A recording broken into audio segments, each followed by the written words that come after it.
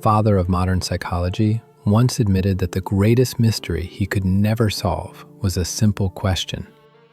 What do women want? For centuries, men have asked this same question, searching for clarity in a puzzle that seems to shift with time, culture, and circumstance. Freud declared it an enigma, but with all due respect to the good doctor, I don't agree. In this video, I'm going to present my answer.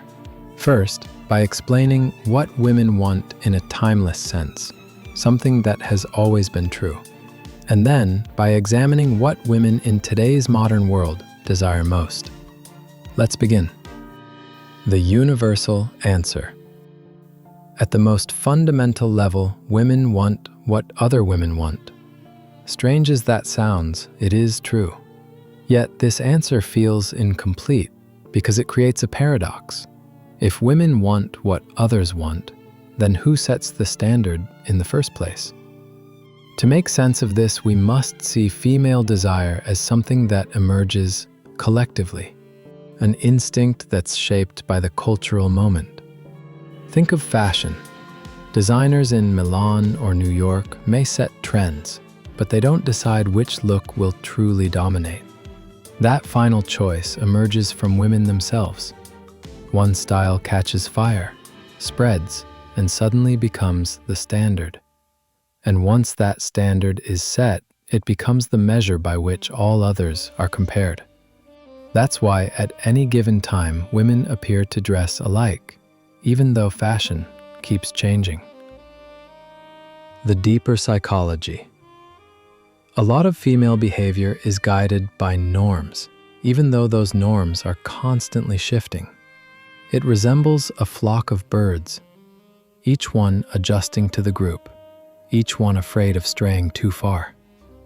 Why? Evolution. Across most traits, women's tendencies cluster more around the average, while men's spread further toward extremes, genius or failure, hero or outcast. Evolution gambles with men, but plays safer with women. Because of this, women have historically valued safety and stability more than men. And so, women look to each other. What the majority is doing signals the safest place to be. Step too far outside the group, and you risk exposure. Fashion is only one example. This instinct extends to lifestyle choices, careers, relationships, and family. The past. If we look back only a few generations, the answer to what women want was clearer. Most women wanted to be wives and mothers, not necessarily because it was their sole desire, but because that's what nearly all women around them were doing. The fattest part of the curve, the safest path, was marriage and motherhood. But the past was limited. Women didn't have the wide range of choices they do now. Their culture and options reinforced that single role, and stepping outside of it came at great risk. The present. Fast forward to today. Open social media, and what do you see women doing? Everything. They want careers and degrees. They want to travel the world, start businesses, build families, go viral online, retreat into spirituality, and explore every adventure. Today's woman wants it all. Not necessarily every possession, but every experience. And what fuels this desire? FOMO. The fear of missing out. Social media shows women that others are living dazzling, multi-layered lives. Subconsciously, that becomes the new norm, the new safe zone.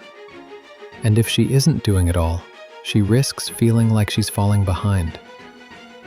But here's the catch. No one can actually do everything.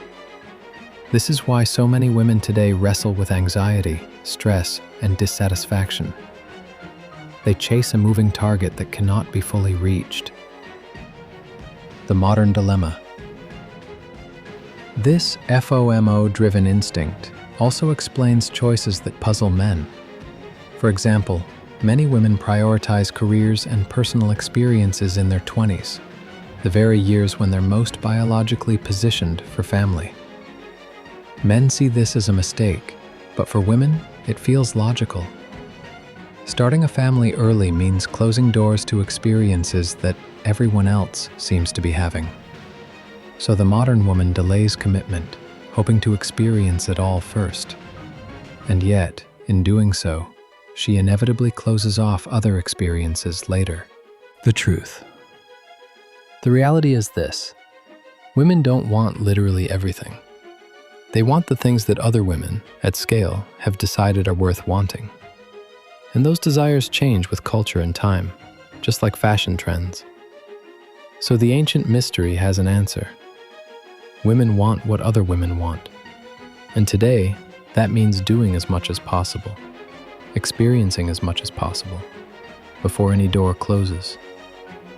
Understand this, and the choices of the modern woman suddenly make perfect sense.